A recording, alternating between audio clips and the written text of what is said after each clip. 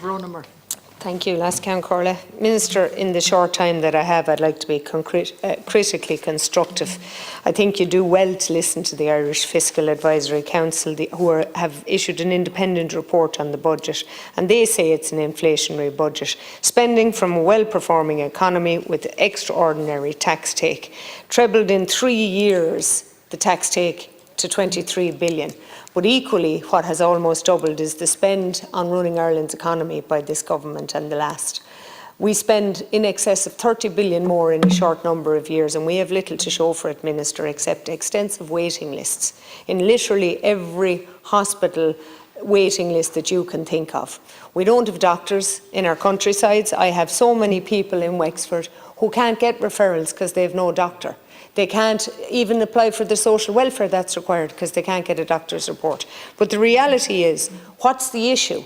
Was it a prudent budget or wasn't it? No, it was a vote-buying budget. There's no doubt about that. Where's the issue? The issue is that you're not protecting the country as a whole, because the foreign direct investment that we so much depend upon is at risk of being gone. Why? Amazon told us, because of our poor planning policy and our poor investment in infrastructure. We haven't invested enough in housing, we haven't invested enough in energy, we haven't invested enough in water, and so our tax take and our tax regime is no longer the most attractive thing about Ireland.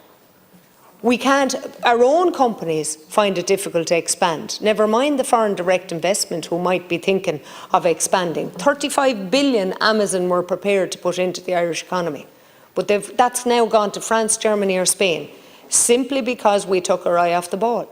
We're too slow in spending and looking after the infrastructure that's required to keep our attractive economy.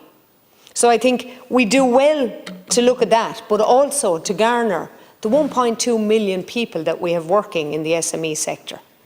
And the reality is that the 4% that could have been given as a reduction in the VAT for the hospitality sector, and that includes barbers, hairdressers, beauticians, not just hoteliers, restaurateurs and cafe owners.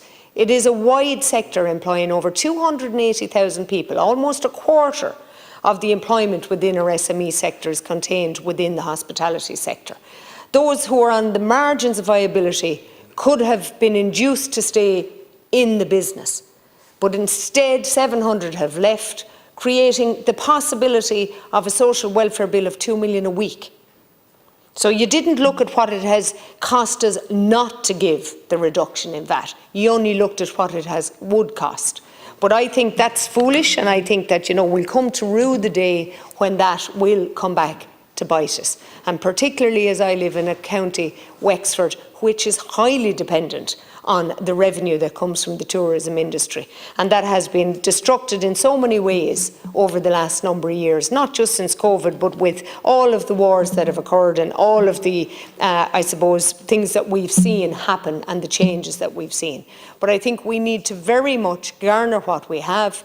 As I say, as an independent, we're always being accused of just being critical. I like to be constructive. I've given several ways on the floor of this House a number of times as to how we can kickstart our housing bills, because we're not meeting targets which are far too low. 40,000 just doesn't cut it. We need to be building 60,000 a year, and unfortunately you're not listening.